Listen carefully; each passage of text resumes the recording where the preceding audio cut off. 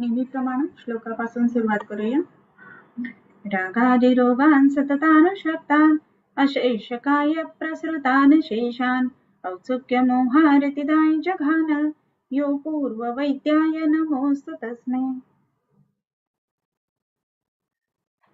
आपण अष्टांग हृदयाचा 19वा अध्याय बघतोय, ज्याचं नाव बस्ती विधी अध्याय असं आहे आणि त्यातले बरेचसे श्लोक आपले झालेले आहेत. 79 म्हणजे 79 नंबरचा श्लोक आपला चालू आहे. तत्पूर्वी एक सगळ्यांना आठवण करून द्यायची आहे की आज आता ऑलमोस्ट 1/3 डिसेंबर महिना संपलेला आहे. होपफुली तुम्ही सगळेच जण, मला असं वाटतं की पाठांतर नक्की करत आहेत आणि या वेळेला खूप छान संख्येने सगळ्यांनी सहभाग घ्यावा असं एक मला वाटतं. आणि हे करत असताना पाठांतराच्या मध्ये आपल्याला रेफरन्स म्हणून किंवा गाईडलाईन म्हणून श्लोक ऑलरेडी अपलोड केलेले आहेत, ते बघा. आज लिंक परत एकदा शेअर करायला सांगते, तर ते लिंक शेअर करतील त्याप्रमाणे ते बघून घ्या. आणि जे आचार रसायन आहे तर त्याचाही व्हिडिओ आज तुम्हाला मिळून जाईल, सो दॅट तेही तुम्हाला पाठ करायला सोपं जाईल असं मला वाटतं. ओके, सो या पद्धतीने पाठांतर छान करा. नित्य जेव्हा आपण पाठांतर करतो ना, त्याचा उपयोग आपल्याला पाठांतर म्हणून परीक्षेमध्ये लिहिण्यासाठी हा तर होतच असतो, शिवाय आपल्या प्रॅक्टिसमध्ये त्याचा उपयोग खूप चांगला होत असतो. पेशंट समोर येऊन काही लक्षण स्पेसिफिक सांगायला लागला ना की तो लक्षण समुच्चय आपल्याला लक्षात यायला लागतो आणि मग आपला विचार जो आहे तो निदानाच्या दृष्टीने लगेचच चालू व्हायला लागतो. त्या दृष्टीने पाठांतर महत्वाचं असतं. आणखीन एक त्याच्यातला महत्वाचा भाग असा की ज्या ज्या वेळेला आपण पाठांतर करतो, तर आता नव्याने काहीतरी हे पण झालेलं आहे संशोधन, की संस्कृत श्लोक नित्य पाठांतर केल्यानंतर मेमरी चांगली राहते आणि कदाचित म्हणूनच आपल्याला असं दिसतं की बाहेरच्या जगामध्ये अल्झायमर किंवा डिप्रेशन हे जेवढ्या मोठ्या प्रमाणामध्ये व्याधी दिसतात ना, तेवढे त्या मानाने भारतामध्ये दिसत नाहीत. जरी अडचणी असल्या तरी सुबत्ता तेवढी कदाचित बाहेरच्या देशांपेक्षा जास्त नसेल आपल्याकडे इन मॉनिटरी बेसिस. परंतु संत वाङ्मय वगैरे ह्या गोष्टींची सुबत्ता आपल्याकडे खरंच खूप मोठी आहे आणि कदाचित तेच मर्म किंवा जीवनाचं मर्म समजत असल्यामुळं मानसिक व्याधी, डिप्रेशन किंवा विसरभोळेपणा किंवा विस्मरण या गोष्टी ज्या आहेत ना, त्या लांब आपोआपच भारतामध्ये त्या मानाने कमी दिसतात. खूपच नाहीच दिसत असं मी म्हणत नाही. नो डाऊट की जसं आपली लाईफस्टाईल बदलायला लागली आहे त्याच्यानुसार ह्या गोष्टी थोड्याशा प्रमाणामध्ये वाढतायच सुद्धा. पण जर का आपल्याला या गोष्टी आपल्यापासून लांब ठेवायच्या असतील तर नित्य पाठांतर हा एक खूप चांगला त्याच्यावरचा आणि परिणामकारक उपाय आहे. सो आपण नेहमी नित्य चांगलं पाठांतर करायला पाहिजे. हाही भाग तेवढाच महत्वाचा सगळ्यांनी लक्षात घ्यायला पाहिजे असं मला वाटतं. सो आता आपण आपल्या अष्टांग हृदयाच्या अध्यायाकडे वळूया. हा,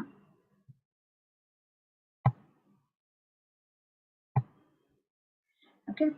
सो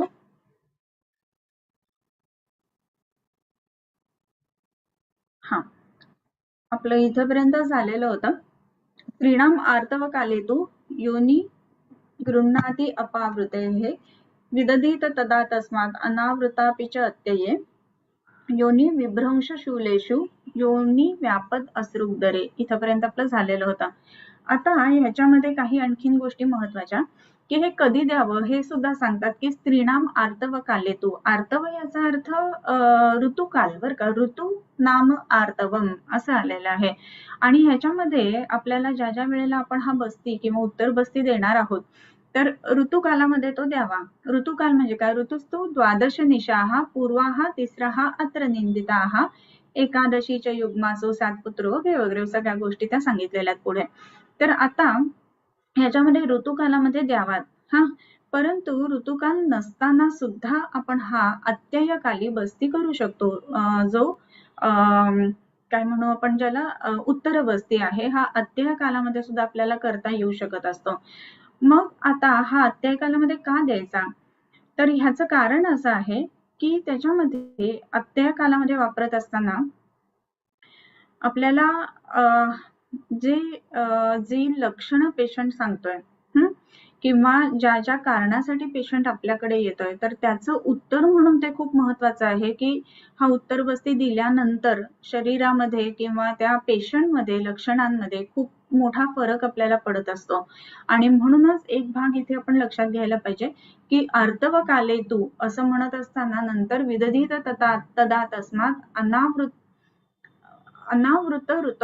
अनावृतौ अपि च अत्यये असं म्हटलंय. म्हणजेच काय, ते अत्यय प्रसंग असताना म्हणजे इमर्जन्सी असताना ज्या वेळेला ऋतुकाल नाहीये त्या वेळेला सुद्धा आपण हा बस्ती नक्कीच करू शकत असतो.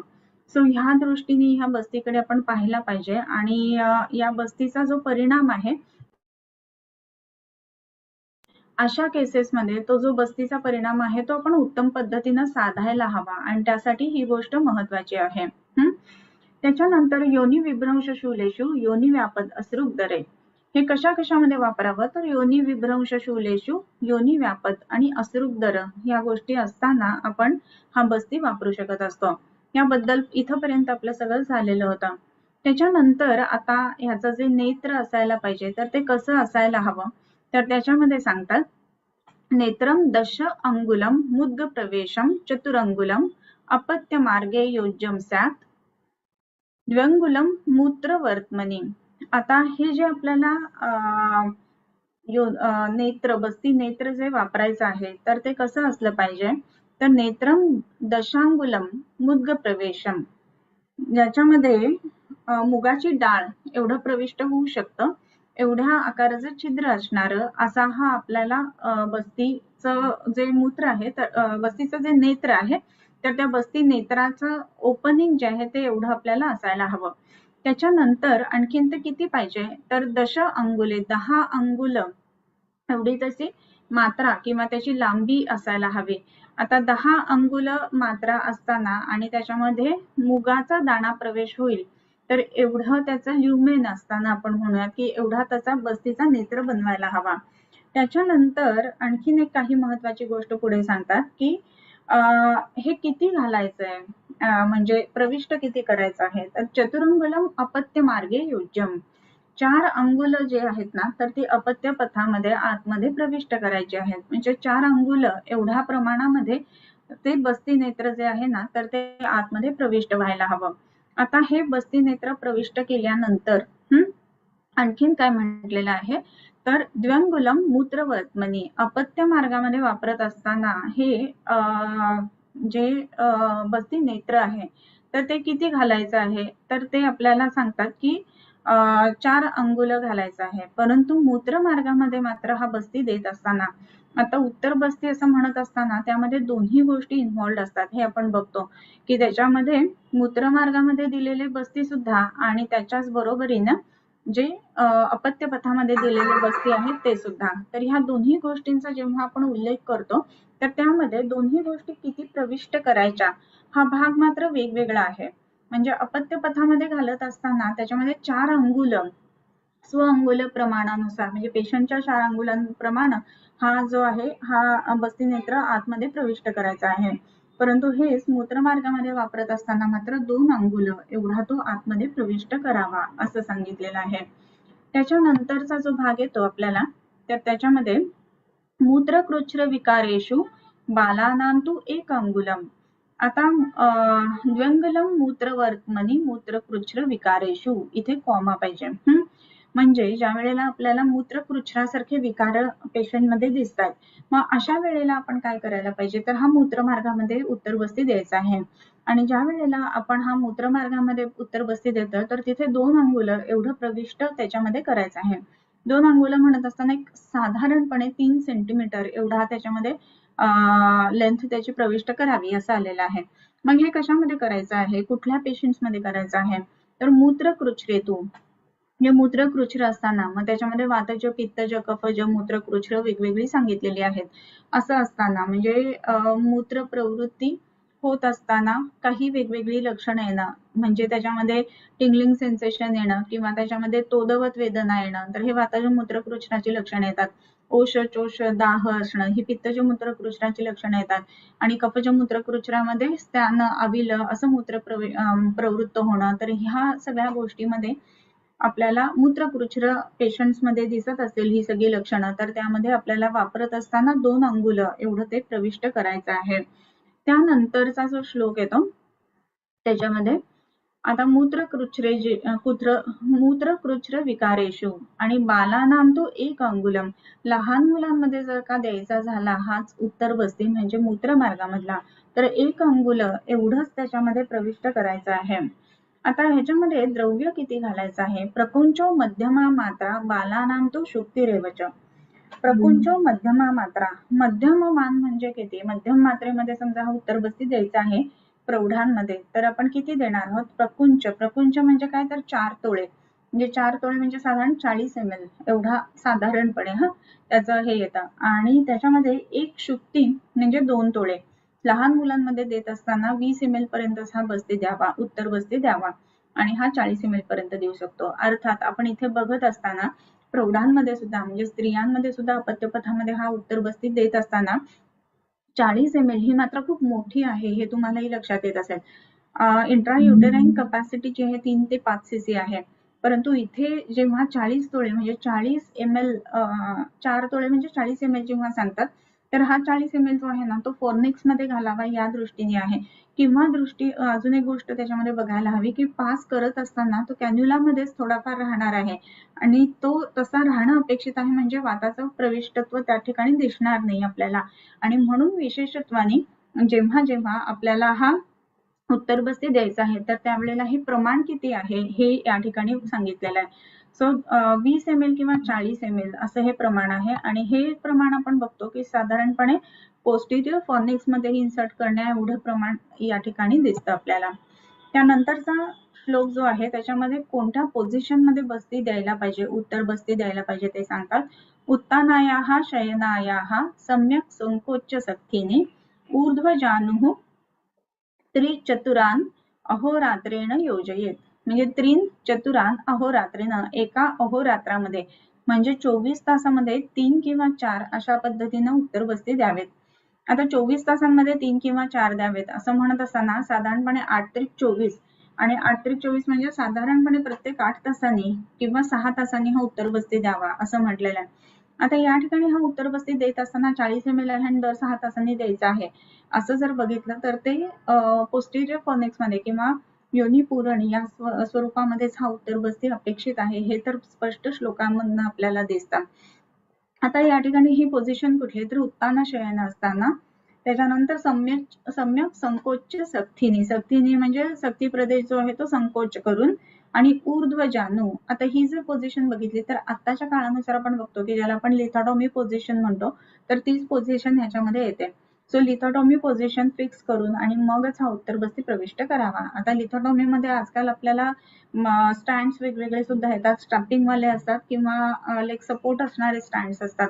तर अशा पद्धतीचे स्टँड्स करून जर का केलं गेलं ना उत्तर बस्ती, तर त्याच्यामध्ये अधिक सुकरता येते आणि सोयीचं जातं आणि इझिली ते करायला आपल्याला शक्य होऊ शकतं. सो ह्या दृष्टीने ह्या उत्तर बस्तीचा इथे उल्लेख आलेला आहे. ओके. सो उत्तानायाः शयनाः सम्यक संकोच सक्तीने ऊर्ध्वजानु त्रिचतुः अहोरात्रेण योजयेत. आता इथे म्हणत असताना हे 3 किंवा 4 द्यायचे, दर 8 तासाला किंवा दर 6 तासाला 6 चोक 24 किंवा 8 त्रिक 24 या पद्धतीनं ते द्यायचे आहेत. आणि बस्ती त्रिरात्रमेव स्नेहमात्रां विवर्धयन् त्रयमेव वा विश्रम्य प्रणिद्यात् पुनस्त्रयम् असं म्हटलेलं आहे. आता बस्तीर त्रिम अहोरात्रमेव, पूर्ण बस्ती जो द्यायचा आहे ते या पद्धतीनं 3 द्यावात आणि स्नेहमात्रां विवर्धन, आणि प्रत्येक वेळेला हे 3 किंवा 4 आपण देणार ना, प्रत्येक ठिकाणी स्नेहाची जी मात्रा आहे ती वाढवून द्यायची आहे. आता इथे आपण बघतोय की उत्तर बस्ती देत असताना 40 ml पर्यंत आपण जर वापरतोय आणि एका दिवसामध्ये 3-4 वेळेला वापरतो, तर तो इंट्रायुटेराइन इथे अपेक्षित नाहीये जो सांगितलेला आहे तो.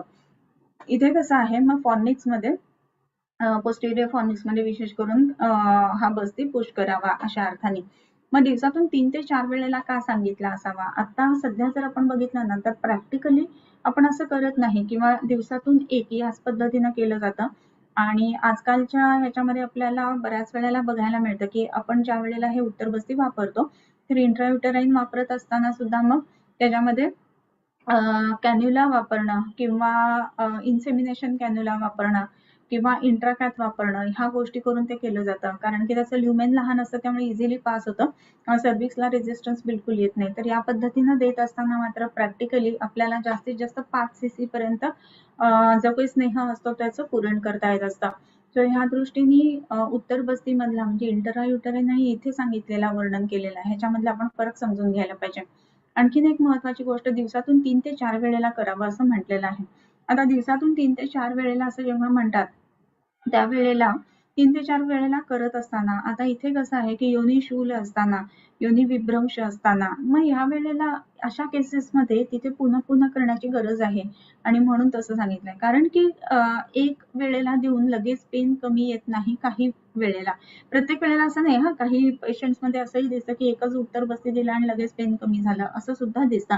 पण तरी 3 ते 4 वेळेला आपण मॅक्झिमम एका दिवसामध्ये करू शकतो, असा हा रेफरन्स आहे, हे लक्षात घ्यायला पाहिजे. अर्थात बऱ्याच वेळेला कसं आहे की ज्या वेळेला 3 ते 4 वेळेला अहोरात्रामध्ये करायचं आहे, तर त्यावेळेला तो पेशंट आपल्याकडे ऍडमिट असणं सुद्धा गरजेचं आहे. ओपीडी प्रोसिजरवर ते 4 वेळेला पेशंट घरातनं नाही येऊ शकत. हा सुद्धा प्रॅक्टिकल डिफिकल्टी आपण त्याच्यामधली लक्षात घ्यायला पाहिजे. याच्यानंतर त्र्यहमेव वा विश्रम्य प्रणिधात पुनस्त्रयम्. मग पुन्हा 3 दिवस थांबून त्र्यहमेव च विश्रम्य 3 दिवस थांबून प्रणिदध्यात पुन्हा द्यावा.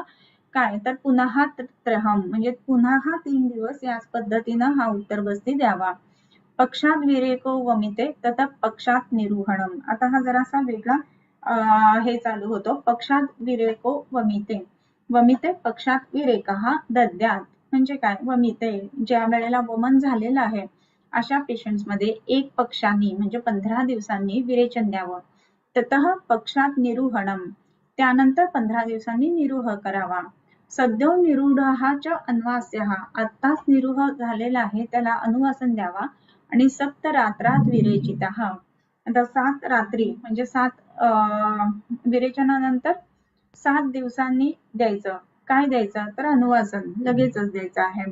ओके, सो या पद्धतीनं किती किती दिवसांनी कोणकोणतं पंचकर्म आपण करू शकतो त्या गोष्टी इथे सांगितलेल्या आहेत. आता प्रॅक्टिकली जर का बघितलं तर आपण आपल्या दवाखान्यात ज्या वेळेला पेशंटना उत्तरबस्ती सांगतो, तर पक्षात वमनम म्हणजे एक वमन दिल्यानंतर 15 दिवसांनंतर, म्हणजे कसं ना की वमनाचं स्नेहन झालं, त्याच्यानंतर वमन झालं की 7 दिवस त्याच्या पुढे संसर्जन झाला की त्याच्यानंतर 15 दिवस ब्रेक द्यायचा, मग त्याच्यानंतर पुन्हा स्नेहन चालू करायचं आणि मग त्यानंतर विरेचन द्यायचं. ह्या पद्धतीने इथे पक्षात विरेको वमिते तत पक्षात निरुहणम. मग आता त्यानंतर हे विरेचनाचं प्लॅन केलं, मग विरेचनाचं स्नेहन झालं, विरेचन झालं, त्याच्यानंतर परत 7 दिवसांचा संसर्जन क्रम झाला की परत 15 दिवसांची गॅप ठेवून पुन्हा निरुह बस्ती चालू करायचा. तर ह्या पद्धतीनं हा शोधन उपक्रम करावा असं म्हटलेलं आहे. आता ज्या वेळेला पेशंट आपल्याकडे दवाखान्यामध्ये काही कारणासाठी उत्तरबस्ती जेव्हा जेव्हा घेत असतात, जसं ट्युबल ब्लॉक आहे किंवा एंडोमेट्रियल पॉलिप आहे, किंवा ज्या वेळेला पेशंट्समध्ये आपल्याला दिसतंय की मेट्रायटिस किंवा एंडोमेट्रिओसिस सारखी लक्षणं आहेत, तर अशा वेळेला जेव्हा पेशंट येतो ना, तर त्यावेळेला आपण शक्यतो आपल्या क्लिनिकमध्ये करत असताना स्नेहन, स्वेदन, बस्ती आणि उत्तरबस्ती, तर अशा 4ही स्टेप्समध्ये ह्या गोष्टी करत असतो. सो स्नेहन करायचं, स्वेदन करायचं, बस्ती द्यायचा, म्हणजे काय होतं की ब्लॅडर इव्हॅक्युएशन रेक्टल इव्हॅक्युएशन चांगलं होतं आणि ते झाल्यानंतर वाताची गती प्राकृत झाल्यानंतर उत्तरबस्ती जो आहे ना तो खूप चांगल्या पद्धतीने आतमध्ये प्रविष्ट होऊ शकतो. बऱ्याच वेळेला असं पेशंट्स किंवा सांगतात की रिगर्जिटेशन खूप जास्ती होतं, तर वाताची गती प्राकृत असणं हा भाग खूप महत्वाचा आहे. आणखीन एक महत्वाचा भाग इथे असा आहे की जसं एनल स्फिंक्टर आहे, युरेथ्रल स्फिंक्टर आहे, तसं वजायनल स्फिंक्टर नाही आहे. आणि त्या स्फिंक्टर नसल्यामुळं ते रिगर्जिटेट तर थोडाफार पेशंट उभं राहिल्यानंतर होणार आहे. आणि म्हणूनच स्नेहन, स्वेदन, बस्ती, उत्तरबस्ती झाल्यानंतर पिचू ठेवणं हा सुद्धा भाग तिथे एक महत्वाचा राहतो. सो पिचू ठेवून मगच पेशंटला थोडा वेळ झोपून ठेवून मग पिचू ठेवून मग पेशंटला उभं राहायला सांगावं. सो दॅट त्या उत्तरबस्तीचा जो परिणाम आहे किंवा कार्य आहे ते आपल्याला उत्तम पद्धतीनं झालेलं असं आपल्याला याच्यामध्ये दिसत असतं. त्याच्यानंतरच्या श्लोकाकडे जाऊयात आपण की यथा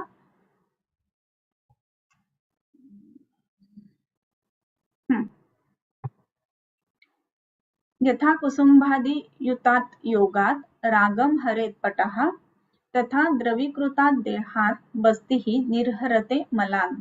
यथा तथा असा एक संस्कृत मध्ये ना काय म्हणतो आपण की सेंटेन्स फॉर्मेशन जसं म्हणतो तसं आहे. म्हणजे नॉट ओनली बट ऑल्सो वगैरे असं तुम्ही जेव्हा ह्याच्यामध्ये शिकलेलं असतात तर तसं असतं. त्याच पद्धतीनं यथा तथा असा एक सेंटेन्सचा प्रकार असतो. मग आता यथा तथा असं म्हणत असताना या ठिकाणी अजून एक गोष्ट आपल्याला बघायला हवी की जसं म्हणजे उपमा दिलेली आहे. म्हणजे उपमान प्रमाण इथे वापरलेलं आहे हे लक्षात घ्यायला पाहिजे. जसं कुसुंभादियुतः तोयात रागम हरेत पटहा. कुसुंभ म्हणजे करडई बरं का, करडईची फुलं. तर कुसुंभादी युतात जलात किंवा तोयात कुसुंभ इत्यादी घातलेलं जे पाणी असतं तर त्या पाण्यात जर का आपण एखादा पट म्हणजे एखादं कपडा त्याच्यामध्ये भिजवला तर त्या कपड्याला त्याचा रंग मिळतो म्हणजे त्या कुसुंभ जलाचा. तर त्या पद्धतीनं द्रवीकृतात देहात बस्तीही निर्हरते मलान. म्हणजे ज्या वेळेला स्नेहन आणि स्वेदन झाल्यानंतर शरीराचं द्रवीकरण झालेलं आहे. स्नेहन झाल्यानंतर काय होतं की धातूंपासून दोष जे आहेत ते सुटायला लागतात आणि स्वेदन दिल्यानंतर ते सर्व कोष्ठामध्ये येतात. सो कोठ्यात आलेले जे दोष आहेत ना ते बस्ती दिल्यानंतर बस्ती त्यातनं दोष काढून घेतो आणि मग बाहेर पडतो. कशा पद्धतीनं तर कुसुंभाच्या पाण्यामध्ये जर का आपण पट म्हणजे जर का एखादं वस्त्र घातलं तर वस्त्र जे आहे ना तर त्याला तो रंग मिळतो किंवा तो वस्त्र त्या रंगाला काढून घेतो. त्याच पद्धतीनं स्नेहनसेदन झाल्यानंतर ज्या वेळेला आपण हा निरुह वापरतो तर द्रवीकृतात देहात बस्तीही निर्हरते मलान. मलांचं निर्हरण होतं. सो मलांचं निर्हरण होण्यासाठी प्रत्येक वेळेला नुसता बस्ती दिला तर त्याचा नाही उपयोग होणार आहे. मग काय करायला हवं तर स्नेहनस्वेदन पूर्वक बस्ती करायला हवेत हे ह्या श्लोकामधनं आपल्याला लक्षात येतं.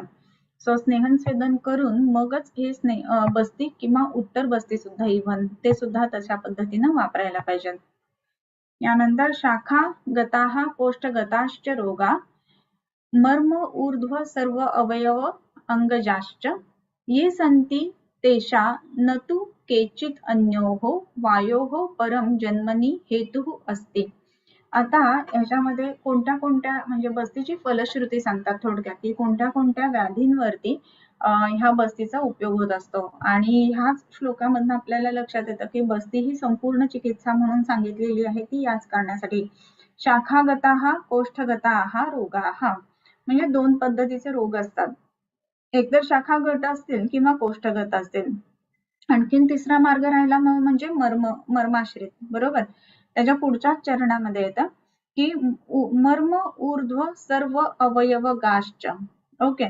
आता मर्म म्हणजे तीनही रोगमार्गातले व्याधी म्हणजे जर शाखागत असतील तरी कोष्ठगत असतील तरी किंवा मर्मज किंवा मर्म किंवा काय म्हणू आपण की मध्यम मार्गातले व्याधी असतील तरी सुद्धा त्यांनी काय होतं ते निघून जातात किंवा त्या व्याधींचं हरण होतं. आणि ऊर्ध्व सर्व अवयव अंगजश्च सर्व व्यापक ऊर्ध्व चतुर्गत व्याधी आहेत तरी सुद्धा बस्तीने उपयोग होईल. म्हणजे असं नाहीये की बस्ती कुठे रोग कुठे असं नाहीये बरं का. आणि ऊर्ध्व चतुर्गत रोगांमध्ये सुद्धा बस्तीचा उपयोग होतो आणि सर्व अवयव अंगज रोगांमध्ये सुद्धा त्याचा उपयोग होतो. आता सर्व अवयव म्हणजे प्रत्येक अवयवामधल्या रोगाला सुद्धा बस्तीचा उपयोग होतो. किंवा याचाच अर्थ अजून एक आपण करू शकतो की सर्व अवयवाला एका पद्धतीनं किंवा युगपत व्याप्ती असं असताना म्हणजे पक्षवधासारखे पेशंट की सगळ्या प्रत्येक ठिकाणी किंवा स्किनचे जे पेशंट असतात पेशंट आपल्याला एक लिजन दाखवतो आपण म्हणतो हा ठीक आहे म्हणजे मग मी त्याप्रमाणे औषध देते. प्रत्येक लिजन बघायची गरज नसते ना कारण तोही लिजन त्याच संप्राप्तीने येणार असतो. सो प्रत्येक ठिकाणी प्रत्येक अवयवाला आश्रित किंवा संपूर्ण अवयवाला आश्रित असे जे रोग असतात ना ते सुद्धा या बस्तीने हरण होतात.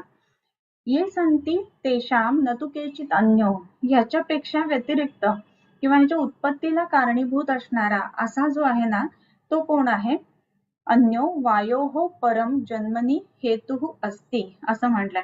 म्हणजे ह्या सगळ्या रोगांच्या उत्पत्तीला जन्मनी रोग जन्मनी हेतुः वायुः अस्ति म्हणजे काय तर ह्या सगळ्या रोगांच्या जन्मासाठी किंवा रोगांच्या उत्पत्तीसाठी वायू हे एक महत्वाचं कारण आहे.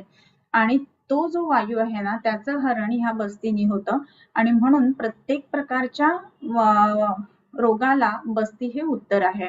असा हा श्लोक आहे. ये संती तेषां न तु केचित् अन्योः वायोः परम जन्मनीही हेतू असते.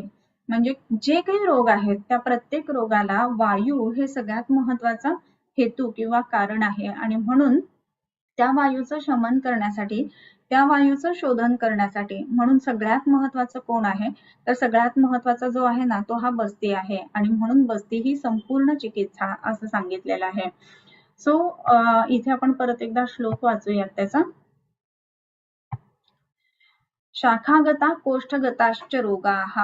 ओके, शाखागत आणि कोष्ठगत मर्म ह्याच्यामध्ये मर्मगत रोग म्हणजे तीनही रोगमार्ग, ऊर्ध्वगत रोग सर्व अवयवगत रोग, सर्व अवयव अंगजाश्च प्रत्येक अंगाचा प्रत्येक अवयवाचा हा व्याधी, ये संति तेषां न तु केचित् अन्यो वायोः, वायोः अन्योः म्हणजे वायूशिवाय दुसरं कोणीच न जन्मनी हेतुः अस्ति. ह्या सगळ्या रोगांचा वायूशिवाय कुठलाच हेतू नाहीये, कुठलंच कारण नाहीये आणि म्हणूनच हा बस्ती जो आहे तर तो संपूर्ण शरीराच्या सर्व रोगांसाठी उपयुक्त असणारा असा म्हणजे चिकित्साचा प्रकार आहे.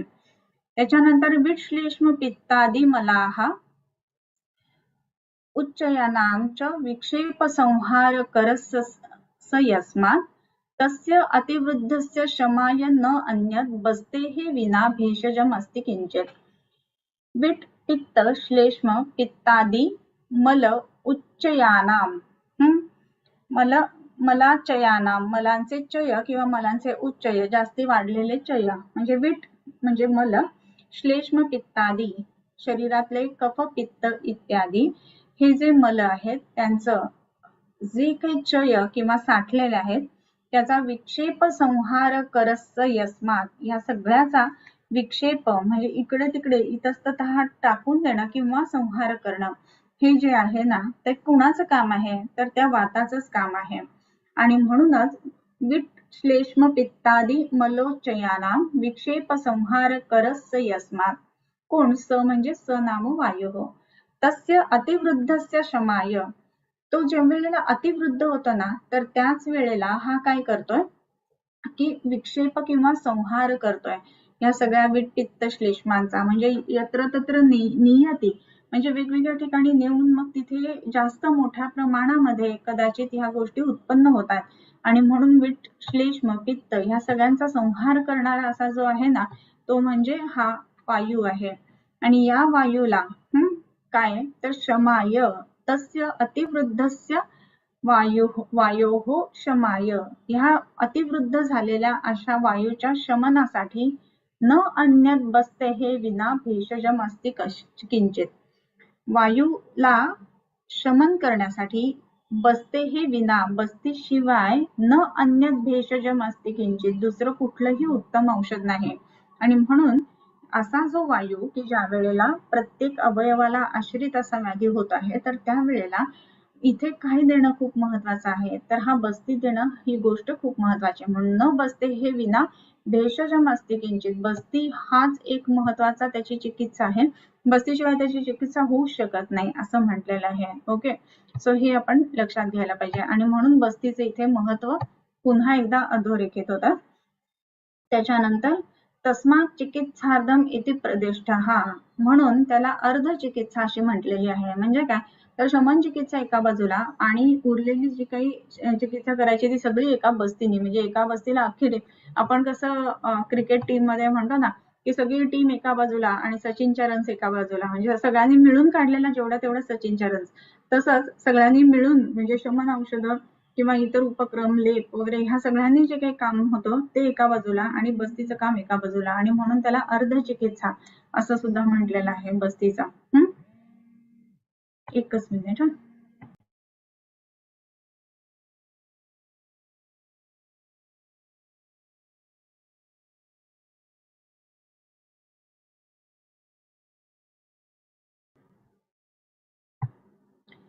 तर बस्तीला अर्ध चिकित्सा असं म्हटलं म्हणजे दोन्ही पारड्यामधलं समसमान आहे आणि बस्तीचं जे पारडं आहे ना ते एका बाजूला म्हणजे 50% ऑफ, म्हणजे बाकी काही औषधं नाही दिली फक्त बस्ती दिला तरी सुद्धा 50% नक्की बरं वाटणार आहे असं हे बस्तीचं स्वरूप आहे. त्याच्यानंतर तस्मात् चिकित्सार्थम इति प्रदिष्टः, म्हणून त्याला अर्धी चिकित्सा असं म्हटलेलं आहे. कृत्स्थ चिकित्सा अपि च बस्ती ही एके. कृत्स्न म्हणजे संपूर्ण, संपूर्ण चिकित्सा आहे असं काही जण म्हणतात. काही जण म्हणतात की अर्ध चिकित्सा आहे आणि काही जण म्हणतात की संपूर्ण चिकित्सा म्हणजे फक्त बस्ती दिला तरी सुद्धा काम होणार आहे. अशा काही केसेस तुम्हाला नक्की मला सांगायला आवडतील या ठिकाणी. तर ज्या वेळेला आपण बघतो की टिपिकल वातजकासाचा पेशंट असतो, पेशंट दवाखान्यात आलाय आणि आपल्याला आत आपण ओपीडीत आहोत आणि बाहेर पेशंट खूपच खोकतोय आणि आपल्याला तो आवाज येतो आणि आपल्याला सहन होत नाही, एवढंही होत असतं. पेशंटचा तर काय त्रास होत असेल त्याचं त्याला माहिती. मग असं ज्या वेळेला होतं ना, त्यावेळेला पेशंटची वेळ म्हणजे पेशंटला आत घेईपर्यंत वेळ असेल तर तो जो वेळ आहे ना तो योग्य पद्धतीने युटिलाइज करायला हवा असं एक मला नेहमी वाटत असतं. मग अशा वेळेला आपण काय करायचं, तर त्या वेळेला तिथे आपण काय करायला पाहिजे माहितीये की हा जो वेळ आहे ना त्याच्यामध्ये आपण बस्ती पेशंटला देणं, म्हणजे आपल्याकडे जे कोण असतील असिस्टंट किंवा हे, तर त्या ठिकाणी आपल्याला पेशंटला हा आवाज येतोय असं आहे, नाडी बघून लगेच सांगायचं पेशंटला की हा हा बस्ती दे. दशमूल धन्वंतराचा प्लेन बस्ती जरी दिला ना त्या ठिकाणी तरी सुद्धा त्याच्यामध्ये खूप चांगला परिणाम येतो आणि पेशंटला आतमध्ये घेतलं जातं, लगेच चिकित्सा मिळते आणि पेशंट आपल्याकडे समोर कन्सल्टिंग मध्ये येईपर्यंत त्याचा खोकला बऱ्यापैकी प्रमाणात कमी झालेला असतो. तर ही त्याची पूर्ण चिकित्सा किंवा अर्ध चिकित्सा. असाच अजून एक पेशंट मला नक्की सांगायचं वाटतं की ज्या वेळेला खूप जास्ती मेन्स्ट्रुअल ब्लिडिंग आहे, खूप हेवी पेन आहे आणि ब्लिडिंग पण होत आहे आणि पेन पण खूप आहे, असे जे पेशंट्स असतात ना तर त्या पेशंट्स मध्ये पण अशा पद्धतीनं स्टॅट बस्ती बऱ्याच वेळेला वापरत असतो. तर हा स्टॅट बस्ती करत असताना काय करायचं, तर क्षीरपाक बस्ती वापरायचा. स्नेहन जे आहे ते आपण जनरली अशा वेळेला दुधानी देतो, स्वेदन नाही द्यायचं कारण ब्लिडिंग ऑलरेडी होत आहे. आणि मग सॉरी विदारी गंधादी क्षीरपाकाचा बस्ती फलघृत किंवा दुर्वाघृत असं घालून कोष्ण किंवा सुखोष्ण असा जर का दिला गेला तर तिथे पेशंट आतमध्ये आपल्याला कन्सल्टिंग मध्ये येईपर्यंत सांगतो की खूपच बरं वाटतंय, मगाशी खूपच त्रास होत होता. सो इमिजिएट इम्पॅक्ट देणारे असे सुद्धा हे बस्ती आहेत. सो ह्या पद्धतीने या बस्तीचा आपण नक्की विचार करायला पाहिजे. काही पेशंट्स इव्हन असे असतात की आम्लपित्ताचे जे असतात की त्यांच्यामध्ये डोकं खूप जास्त दुखत असतं ऊर्ध्वग आम्लपित्त असल्यानंतर सुद्धा, मग तिथे सुद्धा बस्ती जर का वापरला गेला ना नस्याचाही त्याच्यात उत्तम परिणाम येतो, तसंच बस्तीचा सुद्धा चांगला परिणाम येतो. तिथे पटोलाच्या क्षीरपाकाचा आणि दाढीमादी घृताचा असे आपण जनरली बस्ती वापरतो. तर पेशंट आत ओपीडीत कन्सल्टिंग मध्ये घेईपर्यंत सुद्धा पेशंटला बरं वाटलेलं असतं. सो ही इमिजिएट बरं वाटणं हा जो भाग आहे ना, आणि नुसतं बरं वाटतं असं नाही बरं का, तिथे संप्राप्ती जी आहे ना त्याचाही भेद केला जातो आणि म्हणून पेशंटला फक्त बरं वाटलंय म्हणजे डोकं दुखायचं थांबलंय फक्त असं होत नाही, परंतु संप्राप्ती सुद्धा कमी येते, हे महत्वाचं आहे यामध्ये. आणि म्हणून तस्मात् चिकित्सार्थम इति प्रदिष्टः कृत्स्ना चिकित्सा अपि च बस्ती ही एके. काही जण याला संपूर्ण चिकित्सा असं सुद्धा म्हणतात. तथा निज आगंतु विकारकारी रक्तौषधत्वेन सिराव्यधोपी. ह्याचप्रमाणे अजून एक गोष्ट नेहमी लक्षात घ्यायला पाहिजे, असं म्हटलंय की हाच सिद्धांत निज आगंतु विकाराला सुद्धा कारणीभूत आहे. त्याप्रमाणे ह्या विकारांना जे रक्त हे कारणीभूत आहे ना तिथे सिराव्यध जो आहे ना तोही तेवढाच महत्वाचा आहे. आणि म्हणून या ठिकाणी सिराव्यधाबद्दल पण सांगतात. आणि ज्या वेळेला आपण असं म्हणतो की रक्त चौथा दोष सुश्रुताने मानलाय ह्याने नाही मानलाय, प्रत्यक्ष जर बघायला गेला ना तर रक्तम जीव इति स्थिती हे असं जरी सुश्रुताचार्यांनी सांगितलेलं असतं, वाग्भट किंवा चरकाचार्यांनी असं म्हटलेलं नसतं, तरी सुद्धा सिराव्यधाचं सुद्धा तेवढंच महत्व आहे असं जर का आचार्य वाग्भट सांगतात. याचा अर्थच असा आहे की ती सुद्धा गोष्ट खूप महत्वाची आहे.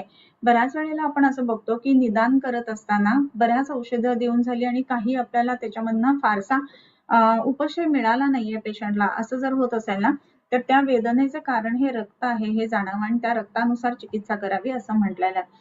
सो अशा सुद्धा वेळेला आपल्याला सिराव्यधाचा सुद्धा उपयोग घेता येत असतो. जसं आता मी म्हटलं की पेशंटला खूप जास्त प्रमाणामध्ये समजा शिरशूल आहे, तर अशा केसेस मध्ये शिरशूल असताना सुद्धा जर का आवर्तमर्माच्या ठिकाणी आपण 4-4 जलोका लावल्या तर पेशंटला आतमध्ये ओपीडीत घेईपर्यंत सुद्धा त्याला बरं वाटलेलं असतं.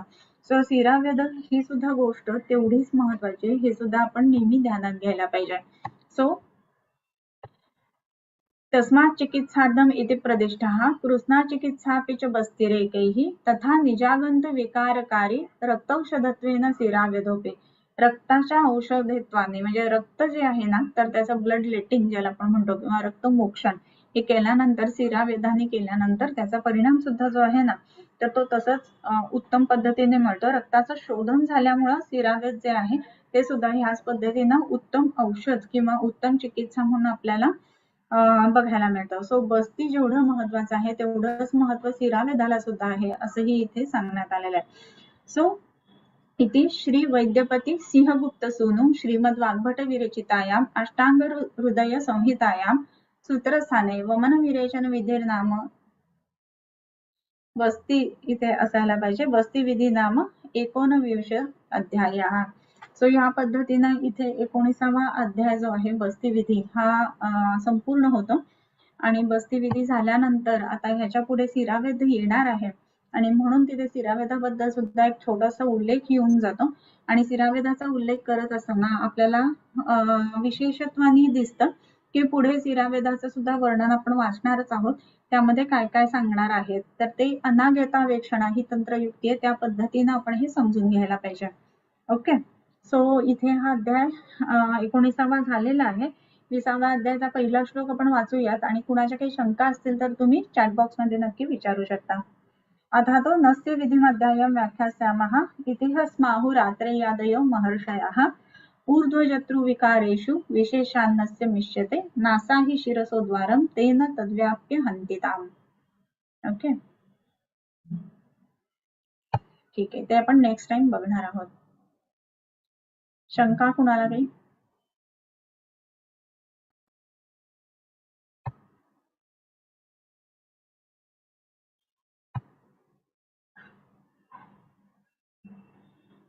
ठीक आहे. ज्यांना ज्यांना स्पर्धेमध्ये भाग घ्यायचा आहे त्यांनी सगळ्यांनी नावं याच्यावरती एक नंबर देते तुम्हाला त्यावरती द्यायचे आहेत.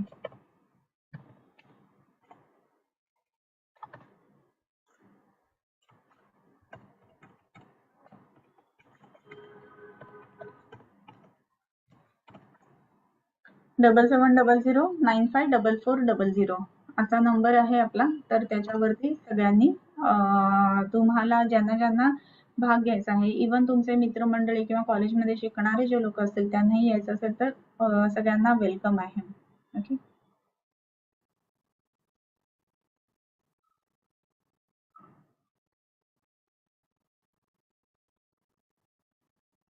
ठीक आहे. मला असं वाटतं आज शंका कुणाला दिसत नाहीये फारशा. 2 मिनिटं थांबूया.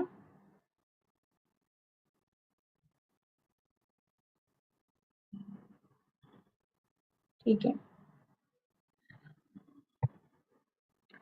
किंबहुना तुमचे केले धर्म कीर्तन हे सिद्ध गेले तेथ माझे शिवरले पायिकपण आता विश्वात्मके देवे येणे वाग्यज्ञे तोषावे तोषोनी मज द्यावे पसाय दान हे जे खळांची व्यंकटी सांडो तया सत्कर्मी रती वाढो भूता परस्परे पडो मैत्र जीवांचे दुरितांचे तिमिर जावो विश्वस्वधर्म सूरे पाहो जो जे वांछील तो ते लाहो प्राणिजात वर्षत सकळ मंगळी ईश्वर निष्ठांची मांदियाळी अनवरत भूमंडळी भेटतू भूता चला कल्पतरूंचे आरव चेतना चिंतामणींचे गाव बोलते जे अर्णव पियुषांचे चंद्रमे जे अलांछन मार्तंड जे तापहीन ते सर्वाही सदा सज्जन सोयरे होतु किंबहुना सर्वसुखी